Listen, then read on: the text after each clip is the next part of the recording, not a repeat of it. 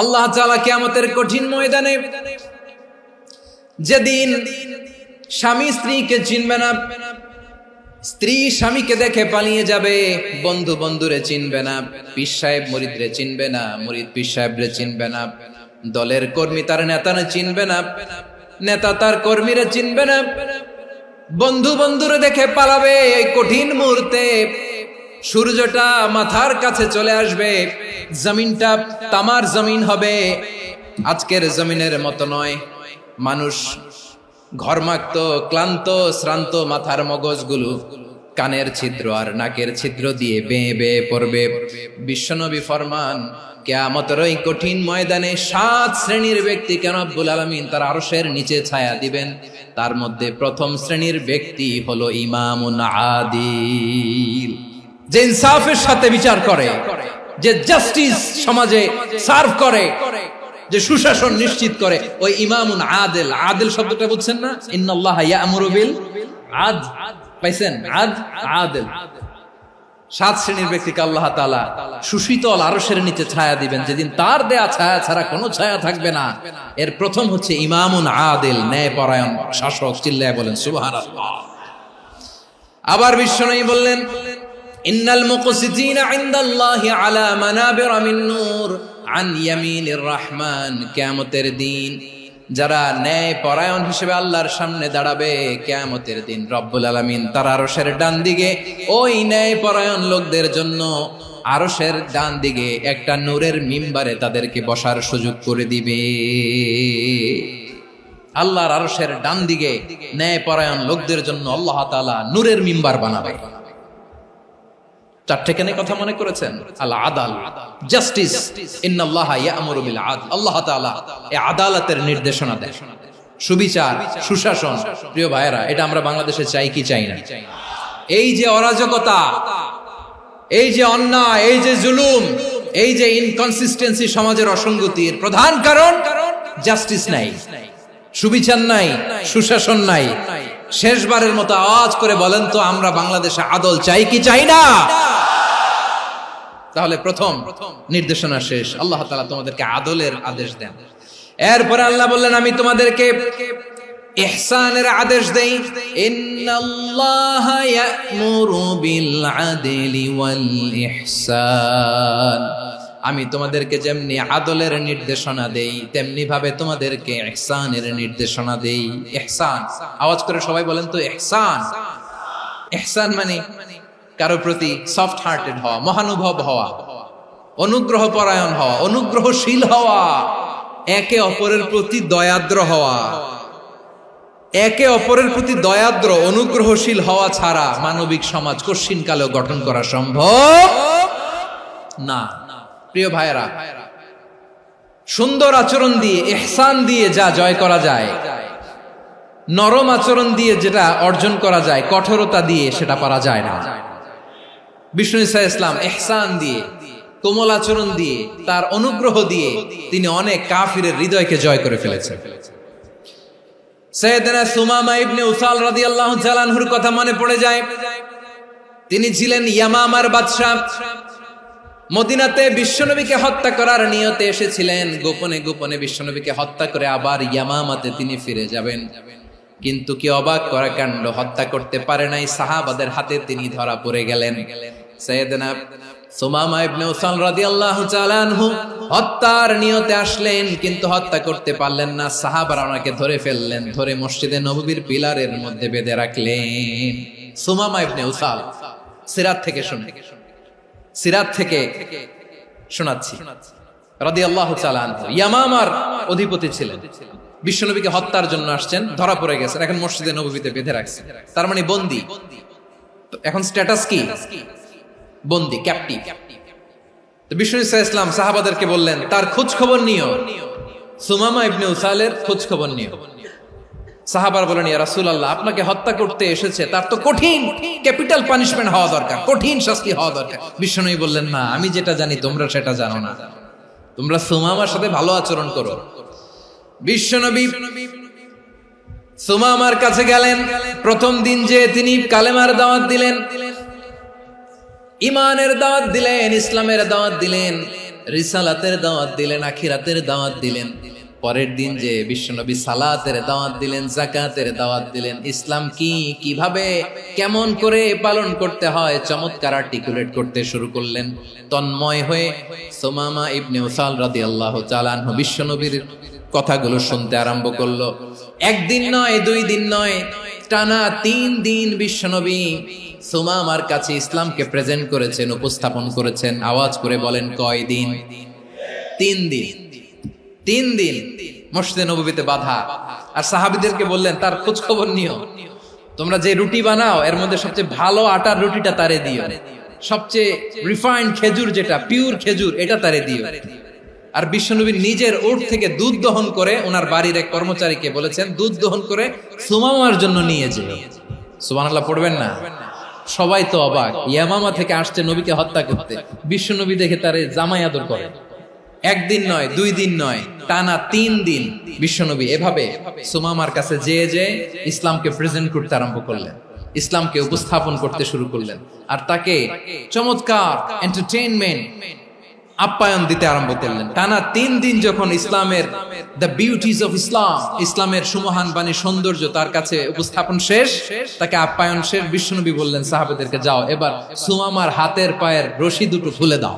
সাহাবারা তর্ক জুড়ে দিলেন, লা ইয়া রাসূলুল্লাহ, এমনটা করবেন না, তো ভয়ঙ্কর, ভয়ঙ্কর খুনি, কি জানি কি হয়ে যায়। বিশ্বনবী বললেন, না, তার হাতে পায়ের রশিগুলো খুলে দাও।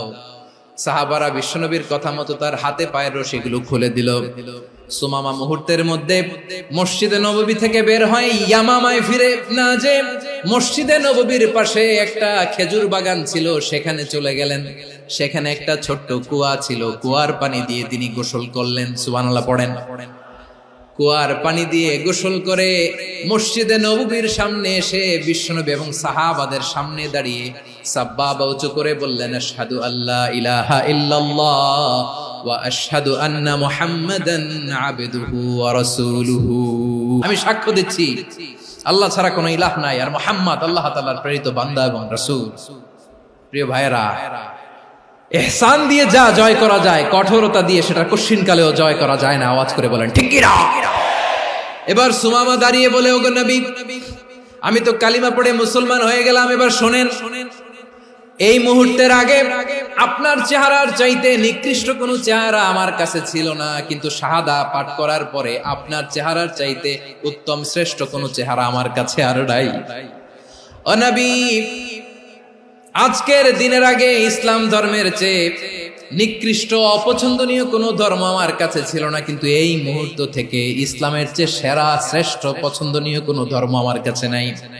নবী গো, আজকের দিনের আগে মদিনার চাইতে অপছন্দনীয়, নিকৃষ্ট কোনো শহর আমার কাছে ছিল না, কিন্তু এই মুহূর্তের পর থেকে মদিনার চাইতে কোনো শ্রেষ্ঠ শহর আমার জানা নাই।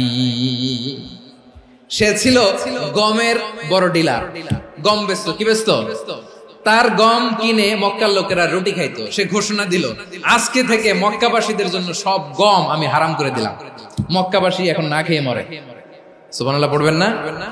মক্কাবাসী বিশ্বনবীর কাছে আসলেন, এসে বললেন, মুহাম্মদ, আমরা তো তোমার ভাই, তোমার চাচা, তোমার ভাতিজা, তোমার আত্মীয়, তুমি সুমামারে বলো সে যেন আবার গমের সাপ্লাই মক্কার জন্য অনুমতি দিয়ে দেয়। বিশ্বনবীর অনুমতি ক্রমে সুমামা আবার মক্কাতে গম পাঠাতে শুরু করলো। পড়েন সুবহানাল্লাহ। ইহসান, ইহসান দিয়ে আপনি যেটা জয় করতে পারবেন, you can win the heart of your enemies. ইহসান দিয়ে আপনি আপনার শত্রুর হৃদয়কে জয় করতে পারবেন। এজন্য আল্লাহ বললেন, ওয়া আনফিকু ফি সাবিলিল্লাহি ওয়া লা তুলকু বিআইদিকুম ইলাত তাহলুকা ওয়া আহসিনু ইন্নাল্লাহা ইউহিব্বুল মুহসিনিন। তোমরা আল্লাহর রাস্তায় দান করবে আর নিজেরা নিজেদেরকে ধ্বংসের হাতে ঠেলে দিও না। তোমরা একে অপরের প্রতি ইহসান করবে, কারণ ইহসানকারীদেরকে আল্লাহ বড় ভালোবাসেন। সুবহানাল্লাহ পড়েন। আবার সূরা রহমানে আল্লাহ বললেন, হাল জাযাউল ইহসানি ইল্লাল ইহসান ফাবিআইয়ি আলা, সবাই পড়েন ফাবিআইয়ি আলাই রাব্বিকুমা তুকাযযিবান। ইহসানের প্রতিদান হিসেবে ইহসানি হয়। বিশ্বনবী সুমামার প্রতি যেমন ইহসান করেছেন, সুমামাও ঠিক তেমন ইহসান ফিরিয়ে দিয়েছে। ঠিক কিনা বলেন? তাহলে এক নম্বরে হচ্ছে আদ, ন্যায় বিচার। দুই নম্বরে সবাই বলেন ইহসান, সদাচরণ। ইহসান দুই ধরনের প্রিয় ভাইরা, ইহসান ফিল ইবাদা, ইহসান ফিল মুআমালা। ইহসান ফিল ইবাদা হচ্ছে একাগ্র অনুভবে ইবাদতে ডুব দেওয়া, এর নাম ইবাদতের ইহসান। সুবহানাল্লাহ পড়ুন। বিশ্বনবী বলেন ইহসান মানে কি জানো নাকি? হাদিসে জিবরিলে সাইয়েদনা জিবরিল আলাইহিস সালাম বিশ্বনবীকে বললেন আখবিরনি আনিল ইহসান। নবী আমাদেরকে বলেন ইহসান মানে কি? বিশ্বনবী বললেন আনতা আবুদাল্লাহা কাআন্নাকা তারাহু ফাইন লাম তাকুন তারাহু ফাইন্নাহু ইয়ারাক। ইহসান মানে হলো এমন ভাবে তুমি আল্লাহর সামনে নিজেকে উজাড় করে ইবাদত করবে, তুমি ভাববে তুমি আল্লাহকে দেখতে পাচ্ছ। আর এটা যদি ভাবা তোমার জন্য কঠিন হয়ে যায়, অন্তত এতটুকু তুমি ভাববা যে আল্লাহ তোমাকে দেখতে পাচ্ছেন। ঠিক কিনা বলেন? ও আমার বীর চট্টলার ভাইয়েরা, কেউ যেটা দেখে না সেটা দেখে কে? এই বিশ্বাস হৃদয়ের মধ্যে আছে? নামাজে যখন দাঁড়ান এই ফিলিংসটা আনা যাবে? এসা পর্যন্ত যে আমরা হায়াত পাবো কোনো গ্যারান্টি আছে? সবাই আওয়াজ করে বলেন গ্যারান্টি আছে? গ্যারান্টি নাই। এজন্য বিষ্ণু ইসলাম বলেছে এমন ভাবে নামাজে দাঁড়াও, ইবাদত করো, মনে করো হতে পারে এটাই আমার জীবনের শেষ নামাজ। পারফর্ম দ্য সালাহ as if this is your last and final prayer. এমন ভাবে সালাতে দাঁড়াও, ভাবো হতে পারে এটাই তোমার জীবনের শেষ নামাজ। এমন ভাবে নামাজে দাঁড়াও, ভাবো এটাই শেষ নামাজ। তাহলে নামাজে একাগ্রতা বাড়ায় দিবে কে? ফলে ইবাদতের ইহসান আমাদের অর্জিত হবে। আর মুআমালাতে ইহসান হলো, বিশ্বনবী বলেন ইন্নাল্লাহা তাবারাকা ওয়া তাআলা কাতাবাল ইহসানা আলা কুল্লি শাই ফাইযা কাতালতুম ফাআহসিনুল কিতলা ওয়া ইযা যাবাহতুম ফাআহসিনুয যাবহা ওয়ালিয়ুহিদ্দা আহাদুকুম শাফরাতাহু ওয়ালিয়ুরিহ যাবিহাতাহু। ইহসান দুই ধরনের, আওয়াজ করে বলতে হবে কয় ধরনের? একটা হচ্ছে ইহসান ফিল ইবাদা, ইবাদতে ইহসান। ইবাদতে ইহসান কি? একাগ্র অনুভব দিয়ে ইবাদত করা, মন প্রাণ দিয়ে ইবাদত করা। আর মুআমালাতে ইহসান কি? সব কাজে, দৈনন্দিন কাজে, কর্মে, সামাজিক অ্যাক্টিভিটিতে কোমলতা প্রদর্শন করা, অনুগ্রহের সাথে সবকিছু করা। আল্লাহ তাআলা ইন্নাল্লাহা তাবারাকা ওয়া তাআলা কাতাবাল ইহসানা আলা কুল্লি শাই, তিনি সবকিছুর ব্যাপারে ইহসানকে আবশ্যক করেছেন। সবকিছু, মুমিনের সব কাজে ইহসানের পরশ থাকবে।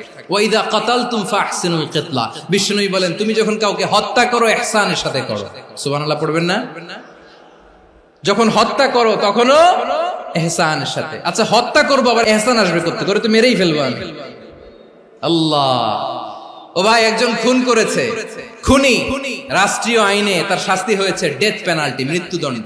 এখন মৃত্যুদণ্ড দেখে আপনি যেমনি মন চায় তেমনি মারবেন লোকটারে? ওর নাক কেটে ফেলতে পারবেন? ওর কান কাটতে পারবেন? ওর চোখ উপড়ে ফেলতে পারবেন আপনি? যেমন মন চায় তার অঙ্গহানি করা যাবে না। ইহসানের সাথে তাকে হত্যা করো। সুবহানাল্লাহ, this is Islam, this is the true essence of Islam. ওয়া ইযা যাবাহতুম ফাহসিনুয যাবহা, যখন জবাই করবে তখনও ইহসানের সাথে জবাই করো। করব জবাই, ওইখানেও নাকি ইহসান। আচ্ছা কুরবানির দিন আমরা পশুগুলোরে কি করি বলেন সবাই আওয়াজ করে? জবাই। জবাই মানে তো এটারে মেরেই ফেলতেছি, একটু পরে তো টুকরো টুকরো করে গোশতগুলো খাবো, এটা তো খাবো, এটা তো মেরেই ফেলবো। বিষ্ণু বলে না, জবের মধ্যেও মুমিনের জবের ভেতরেও ইহসানের পরশ থাকা চাই। যখন জবাই করবে প্রাণীটাকে হাত পা টাইট করে বেঁধে নাও, ছুরিটাকে শার্পেন করে নাও, ধারালো করে নাও, যাতে অল্প সময়ে জবাইটা হয়ে যায়, প্রাণীটা যাতে কম কষ্ট পায়। সুবহানাল্লাহ পড়ে। দিস ইজ কল্ড ইহসান। আল্লাহ তাআলা যেমনি আদলের আদেশ করেছেন, ন্যায় বিচার, জাস্টিস এনশিওর করতে বলেছেন, সমাজে ইহসানের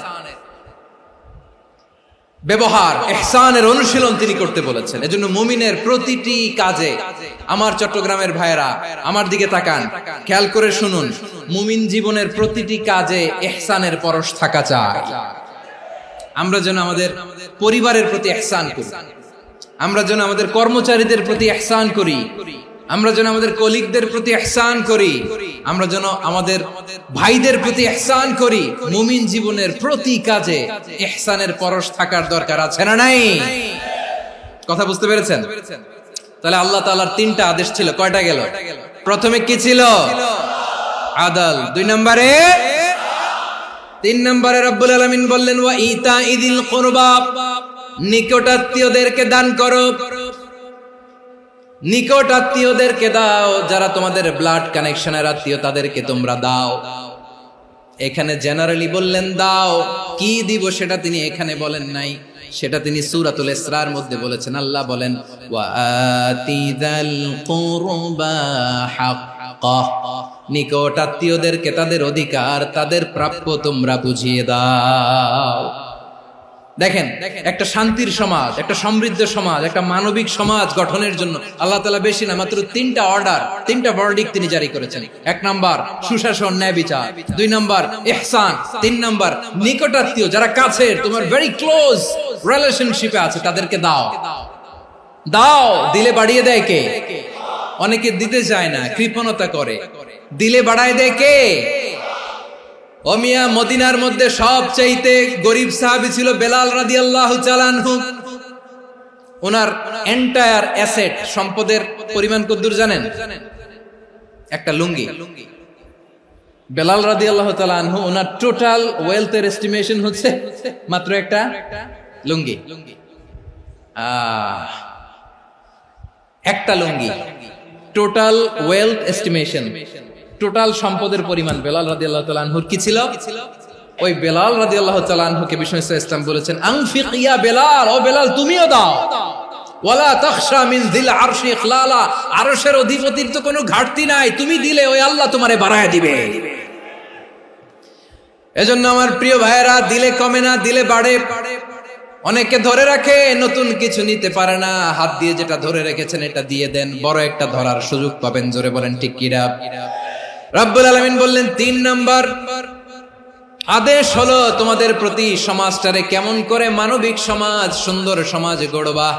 3 নাম্বার আদেশ হলো ওয়া আতিদাল কুরবা হাক্কা, নিকটাত্মীয়দেরকে তাদের প্রাপ্য বুঝিয়ে দাও।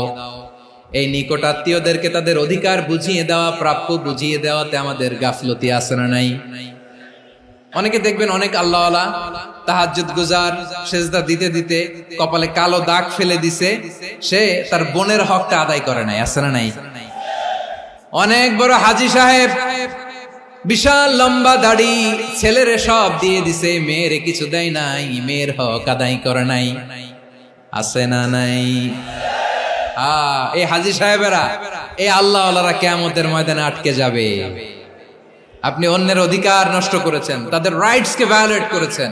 এজন্য আল্লাহ তাআলা বলেন, কারো অধিকার যদি কেউ নষ্ট করে, ওই সমাজটা মানবিক সমাজ কঠিনকালেও হতে পারে না। এজন্য 3 নম্বর আল্লাহ বললেন ওয়া ইতাইদিল কুরবা, নিকটাত্মীয়দেরকে দাও।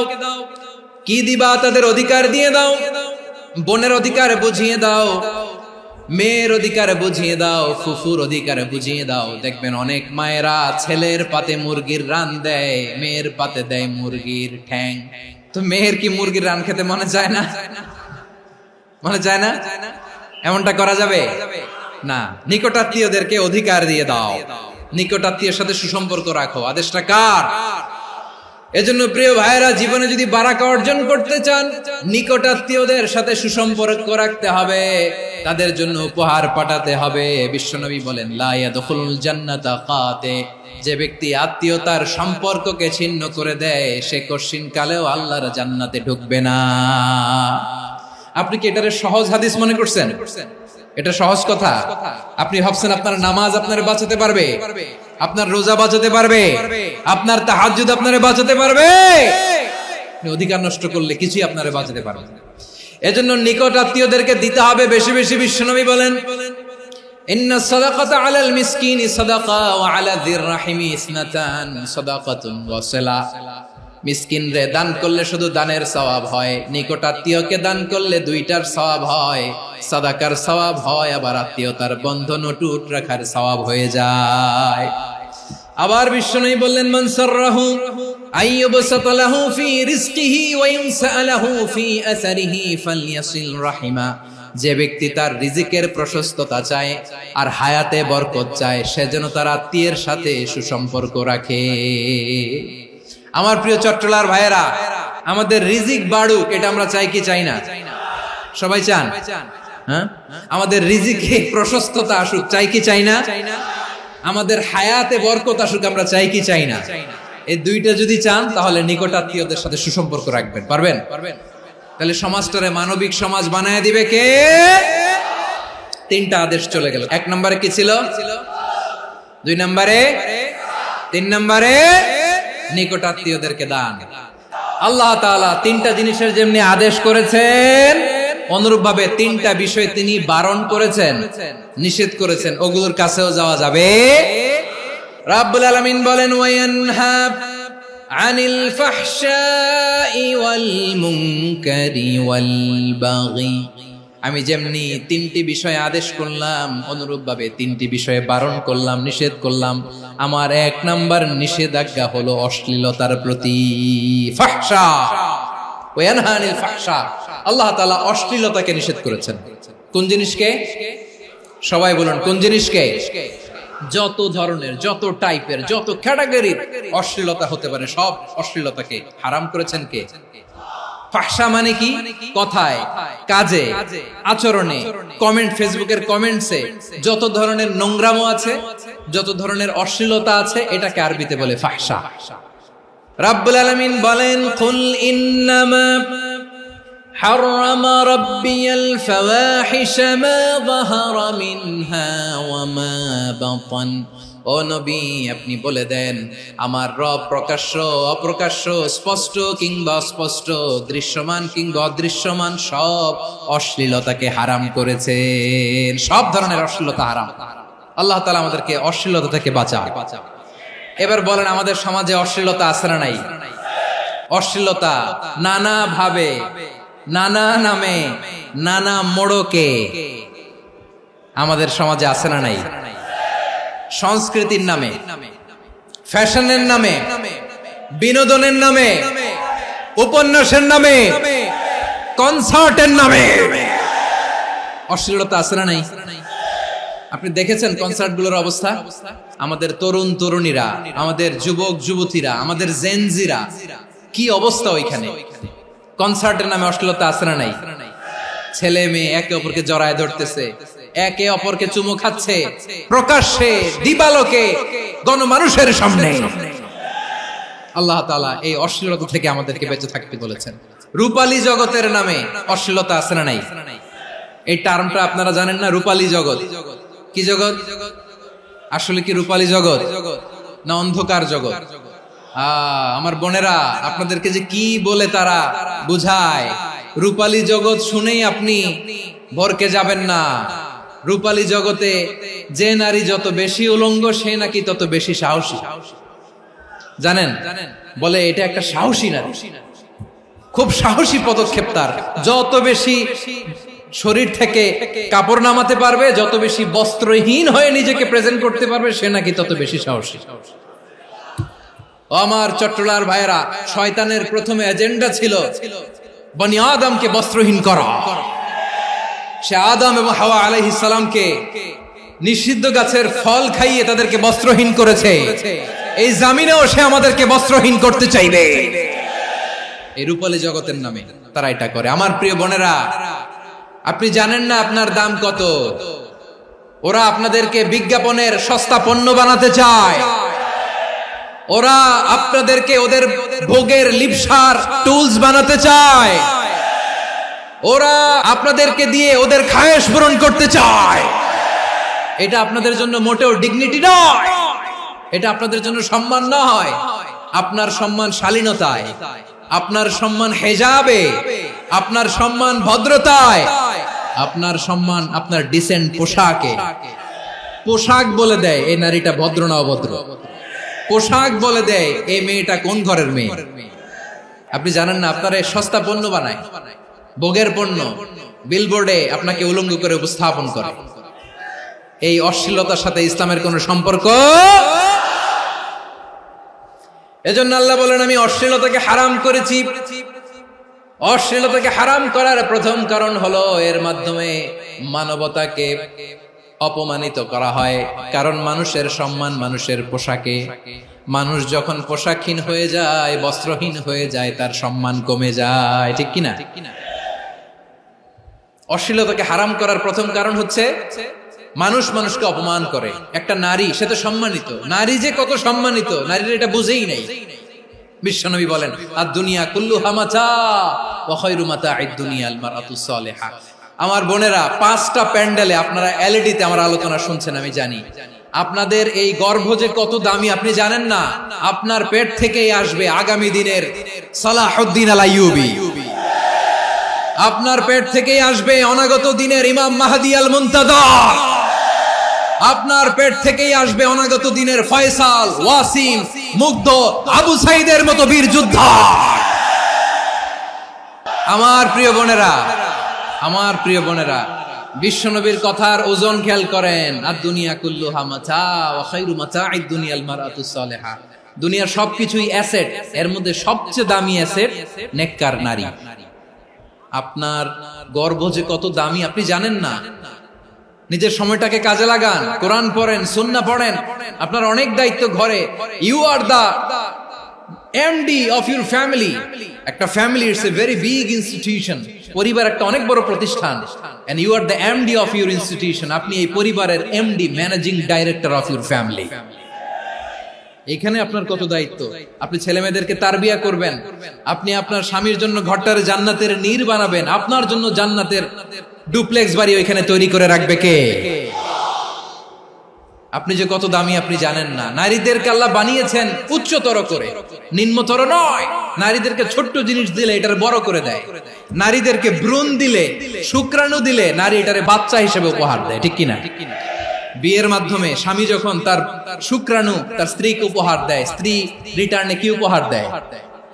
ফুল ফর্ম বেবি, মানব সন্তান। দেখছেন, আপনি দিলেন একটুকুনি, দিছে বিশাল। আপনি যদি নারীকে বাজার এনে দেন, নারী এটাকে সুস্বাদু খাবারে রূপান্তর করে দেয়। আপনি তাকে একটা মুচকি হাসি দিয়ে দেন, সে তার কলিজা দিয়ে দেয়।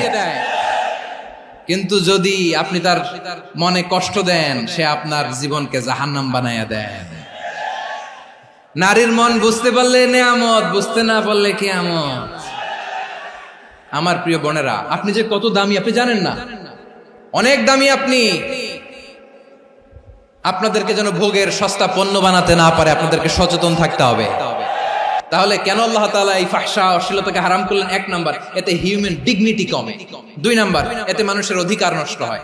আপনি বিয়ে করেছেন, এরে পরকিয়া করেন, ওর সাথে এরকম আছে না নাই? স্ত্রীর অধিকার নষ্ট করেছেন। আপনি বিবাহ সম্পর্কে আবদ্ধ হয়েছেন তার সাথে, আপনি পরকিয়া করেন ওই ছেলের সাথে, আপনি আপনার হাজবেন্ডের সাথে বিট্রে করেছেন। এজন্য আল্লাহ অশ্লীলতাকে হারাম করেছেন। অশ্লীলতাকে হারাম করার আরেকটা কারণ হচ্ছে আল্লাহ তাআলা এই হিউম্যান জেনারেশনকে এটাকে প্রিজার্ভ করতে চায়।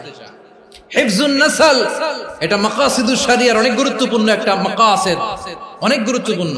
আপনার নাসল, আপনার জেনারেশনকে সংরক্ষণ করা। এই যে আসতেছে ফেব্রুয়ারি, কত ফেব্রুয়ারি জানো? এটা কি বিশ্ব ভালোবাসা দিবস? হ্যাঁ, কি দিবস?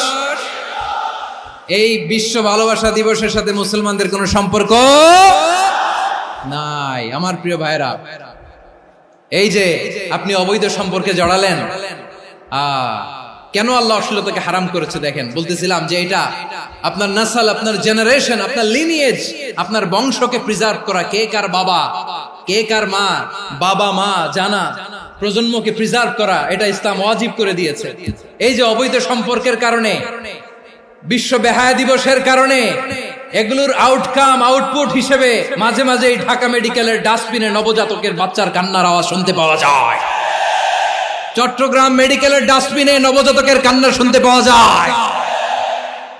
বীর চট্টলার মুসলমানেরা বুঝতে পারলে আওয়াজ করে বলেন, এই যে চট্টগ্রাম মেডিকেলে যে নবজাতকটা পাওয়া গেল, ওর বাবাকে আমাকে বলেন, ওর মাকে, ও কোন ফ্যামিলির সন্তান কেউ জানে? আপনি হিউম্যান ডিগনিটিকে অপমান করেছেন না? আপনি তার ভবিষ্যৎকে অন্ধকার করেছেন না? আপনি তার লিনিয়েজকে প্রশ্নবিদ্ধ করে দিয়েছেন না? এই জন্য আল্লাহ তাআলা অশ্লীলতাকে আমাদের জন্য হারাম করে দিয়েছেন। পড়েন সুবহানাল্লাহ। এই জন্য রাব্বুল আলামিন বলেন, কুল ইন্নামা হারামা রাব্বিয়াল ফাওয়াহিশা মা যাহারা মিনহা ওয়া মা বাতান। প্রকাশ্য অপ্রকাশ্য সব অশ্লীলতাকে হারাম ঘোষণা করে দিয়েছে কে? আবার দুনিয়ার বুকে যারা অশ্লীলতার প্রসার করে তাদের জন্য শাস্তি মজুদ রেখেছে কে? রব্বুল আলামিন বলেন, ইন্নাল্লাযীনা ইউহিব্বুনা আন তাশিআল ফাহিশাতু ফিল্লাযীনা আমানু লাহুম আযাবুন আলীমুন ফিদ দুনিয়া ওয়াল আখিরাতি ওয়াল্লাহু ইয়ালামু ওয়া আনতুম লা তা'লামুন। নিশ্চয়ই যারা বিশ্বাসীদের মাঝে অশ্লীলতার প্রচার প্রসার করতে চায় তাদের জন্য আমি মর্মন্তুদ শাস্তি প্রস্তুত করে রেখেছি, দুনিয়াতেও রেখেছি, আখিরাতেও রেখেছি। ঘোষণাটা কার?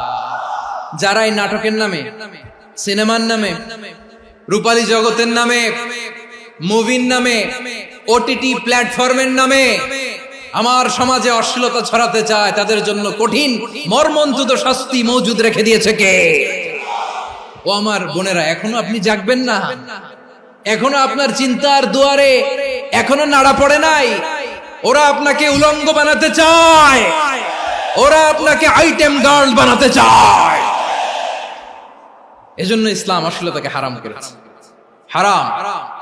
ইসলাম বলেছে যোজন যোজন দূরে থাকো, ওরা বলে না কাছে আসো, কাছে আসার গল্প, ক্লোজ আপ ওয়ান, কাছে আসার গল্প আছে না নাই? তাহলে অশ্লীলতার সাথে আমাদের কোনো সম্পর্ক? সবাই বলতে পারেননি, আওয়াজ করে বলুন, অশ্লীলতার সাথে আমাদের কোনো সম্পর্ক? আমরা এই সমস্ত ক্লোজ আপ ওয়ান, কাছে আসার গল্পের প্রোগ্রামে যাব? আমরা কোন ধরনের অশ্লীল কন্টেন্ট সোশ্যাল মিডিয়ায়, টিভিতে দেখব? কি যুগ যে আমরা কাটাচ্ছি আপনি কল্পনা করতে পারবেন না। পর্ন ইন্ডাস্ট্রি, নারী পুরুষের বস্ত্রহীন যুগল দৃশ্য, এটাকে দিয়ে ওরা কোটি ডলারের ইন্ডাস্ট্রি বানিয়েছে। পুরো মানব ইতিহাসে এরকম জঘন্য সময় মানব ইতিহাস পার করে না। পর্ন এটা ইন্ডাস্ট্রি হয়ে গেছে। আমাদের এই যুবকগুলো, জেনজিগুলো, ওদের চরিত্র বাঁচাবে কি করে? কেমন করে হেফাজত করবে ওদের এই মূল্যবান চরিত্র? আমার প্রিয় ভাইরা, এই অশ্লীলতার দ্য লেটেস্ট ভার্সন হচ্ছে LGBTQ, শরীফ থেকে শরীফা। শুনছেন আপনারা? দেখতে পুরুষ, আসলেই পুরুষ, সুস্থ একজন পুরুষ, 4 সন্তানের বাবা, বলে আমি মনে মনে নারী। দেখতে নারী, সুস্থ নারী, আসলেই সে দিব্যি একজন নারী, বলে আমি মনে মনে পুরুষ। সবচেয়ে ভয়ঙ্কর অশ্লীলতার সবচাইতে লেটেস্ট ভার্সন হচ্ছে এই ট্রান্সজেন্ডারিজম। সুস্থ পুরুষ তার বায়োলজিক্যাল গ্রোথকে হরমোন দিয়ে স্টপ করে দিয়ে সে সার্জারি করে নারী হতে চায়, সুস্থ নারী পুরুষ হতে চায়। পুরুষ পুরুষের প্রতি সেক্সুয়ালি আকর্ষণ বোধ করে, এটা লূত আলাইহিস সালামের কওমের মধ্যে ছিল। এটাকে আল্লাহ কোরআনে ফাহিশা বলেছেন। ওয়ালুতান ইয قال لقومه أتأتون الفاحشة ما سبقكم بها من أحد من العالمين।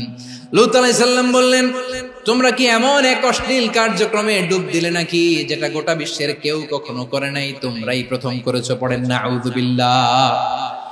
এই পশ্চিমের এই রোগ আমার দেশে যেন আসতে না পারে, আমাদের সজাগ থাকতে হবে। প্রিয় ভাইরা, চিল্লায় বলেন ঠিক কি না? পশ্চিমের অবস্থা ভয়ঙ্কর। পাশ্চাত্যে, আমি যুক্তরাষ্ট্রে ছিলাম অনেকদিন, কয়েক মাস, বিভিন্ন স্টেটে ঘুরেছি। গার্ডিয়ানরা উদ্বিগ্ন, ছেলে মেয়েদেরকে, ছোট্ট ছেলে মেয়ে, ওদেরকে জিজ্ঞেস করে, তুমি how do you feel right now inside yourself? তুমি ভিতরে ভিতরে কেমন ফিল করো? তোমার কি ছেলে ছেলে লাগে না মেয়ে মেয়ে লাগে? আচ্ছা বলেন, এই ছোট্ট বাচ্চাটাও কি এগুলো জেন্ডার অ্যাসাইনমেন্ট বলতে এগুলো কিছু বুঝে? এইভাবে মিসগাইড করা হচ্ছে। কৌতূহল বশত ছোট্ট ছেলে যদি বলে আমার তো মেয়ে মেয়ে লাগে, তখন বলে যে না তুমি মেয়ে, ছেলে না। মা বাবা বাধা দিলে ওকে আলাদা গভর্নমেন্ট হাউসে নিয়ে যায়। ভয়ঙ্করতম অবস্থা। আমরা একটা সময় শুনতাম যে হুজুর আমার ছেলেটা খুব ভালো, হাফেজে কোরআন, আল্লাহওয়ালা। হুজুর আমার ছেলে দাড়ি রাখছে, আল্লাহওয়ালা। হুজুর আমার ছেলে 5 ওয়াক্ত সালাত জামাতের সাথে পড়ে, তার মানে আল্লাহওয়ালা। পশ্চিমে যে আমি কি শুনছি জানেন? ওরা বলে হুজুর আমার ছেলেটা ইউনিভার্সিটির একটা মেয়ের সাথে প্রেম করে, ও খুব আল্লাহওয়ালা, হুজুর দোয়া করবেন। এর কারণ ওদের কাছে আল্লাহওয়ালার ক্রাইটেরিয়া হচ্ছে, হুজুর আমার ছেলেটা আরেক ছেলের পছন্দ করে নাই, আমার মেয়েটা আরেক মেয়েকে ভালোবাসে নাই, এজন্য আমার ছেলেটা আল্লাহওয়ালা, হুজুর ওর জন্য একটু দোয়া করে দিয়ে। কি চ্যালেঞ্জ ওরা ফেস করতেছে। ওনার ছেলে যে আরেক ছেলেরে বিয়ে করবে না, এটাতেই উনি খুশি যে আলহামদুলিল্লাহ আমার ছেলেটা একটা মেয়েরে ভালোবাসে, আমার মেয়েটা একটা ছেলেরে ভালোবাসে, মানে এটা খুব আল্লাহওয়ালা। নাউজুবিল্লাহ পড়তে পারলেন না? এজন্য অশ্লীলতার সাথে আমাদের কোন সম্পর্ক। রব্বুল আলামিন বলেন ওয়ায়ানহা আনিল ফাহশাই ওয়াল মুনকারি ওয়াল বাগি, তিনটা জিনিসকে আমি নিষিদ্ধ করলাম। এক নাম্বার হলো ফাহশা, অশ্লীলতা। দুই নম্বরে হলো মুনকার, সমস্ত মন্দ কাজ। মুনকার মানে হচ্ছে যত মন্দ কাজ, খারাপ কাজ, বাজে কাজ, এটার বলে মুনকার। এটার কি বলে? আপনারা পড়ছেন না, তা'মুরুনা বিল মা'রুফি ওয়া তানহাউনা আনিল মুনকার। সৎ কাজের আদেশ, অসৎ কাজের নিষেধ। মুনকার, মুনকার হচ্ছে মানুষের স্বাভাবিক বিবেকবোধ যেটাকে খারাপ বলে, ওইটাই মুনকার। পৃথিবীর সব আসমানি গ্রন্থ যেটাকে খারাপ বলেছে, মানুষের স্বাভাবিক বিবেকবোধ যেটাকে খারাপ বলেছে, এগুলো সব মুনকার। যেমন ইফতিজিং, এটা কি ভালো না খারাপ? মজুদদারি, খাদ্যে ভেজাল দেওয়া, ওজনে কম দেওয়া, মাছে ফরমালিন মিশানো, চাঁদাবাজি, টেন্ডারবাজি, দখলবাজি, এগুলো আমাদের স্বাভাবিক বিবেকেই বলে এগুলো খারাপ, এগুলো হচ্ছে মুনকার। আল্লাহ তাআলা এই মুনকার থেকে আমাদেরকে বেঁচে থাকতে বলেন, আর শয়তান এই মুনকারের প্রতি আমাদেরকে উদ্বুদ্ধ করে। আল্লাহ তাআলা বললেন, ইয়া আইয়ুহাল্লাযীনা আমানু লা তাত্তাবিউ খুতুওয়াতিশ শাইতান ওয়া মান ইয়াত্তাবি' খুতুওয়াতিশ শাইতানি ফাইন্নাহু ইয়া'মুরু বিল ফাহশাই ওয়াল মুনকার। আল্লাহ বললেন, আমার গোলামেরা শোনো শোনো, ও আমার বিশ্বাসী বান্দারা খবরদার, তোমরা কশিনকালেও শয়তানের পদাঙ্ক অনুসরণ করবে না, কারণ শয়তান তোমাদেরকে অশ্লীলতা এবং মন্দ কাজের দিকে উদ্বুদ্ধ করে। আমাদের কাজ হচ্ছে শয়তান আমাদেরকে যেদিকে নিতে চায় আমরা তার উল্টা দিকে যাব। শয়তান এই মন্দ কাজকে আমাদের কাছে বিউটিফাই করে, চাকচিক্যময় করে আমাদের সামনে উপস্থাপন করে। এজন্য আল্লাহ বলেন মুনকারকে থামাতে হবে, মুনকার প্রতিরোধ করতে হবে। মুনকার প্রতিরোধের দায়িত্ব শুধু আমাদের নাকি? শুধু আপনার খতিব সাহেবের, ইমাম সাহেবের, নাকি মুসলিম উম্মার সবার? আওয়াজ করে বলুন, মুনকার অসৎ কাজ প্রতিরোধের দায়িত্ব কার? রাব্বুল আলামিন বলেন, কুনতুম খায়রা উম্মাতিন উখরিজাত লিন-নাসি তা'মুরুনা বিল মা'রুফি ওয়া তানহাউনা আনিল মুনকার। তোমাদেরকে শ্রেষ্ঠ জাতি করে জমিনের মধ্যে আবির্ভূত করা হয়েছে, যাতে করে তোমরা জমিনের ভেতরে সৎ কাজের আদেশ করতে পারো আর অসৎ কাজের নিষেধ করতে পারো।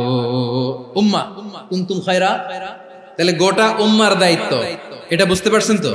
আচ্ছা, আরো নিচে আসেন। এরপরে আল্লাহ বললেন, শুধু উম্মাহ না, এই জমিনের রাজত্ব আমি যাদের হাতে দেই, এই জমিনের মালিক আমি যাদেরকে বানিয়ে দেই, যাদেরকে আমি সরকারের দায়িত্ব দেই, তাদেরকেও মুনকার প্রতিরোধের দায়িত্ব দিয়েছে কে? আল্লাহ বলেন, যারা ক্ষমতার মসনদে বসেছে তাদেরকে 4 দফা কর্মসূচি আমি আল্লাহ দিলাম। আওয়াজ করে বলেন, কয় দফা? আল্লাহ বলেন, আল্লাযীনা ইম্মাক্কান্নাহুম ফিল আরদি আকামুস সালাতা ওয়া আতাউয যাকাতা ওয়া আমারু বিল মা'রুফি ওয়া নাহাউ আনিল মুনকার ওয়ালিল্লাহি আকিবাতুল উমুর।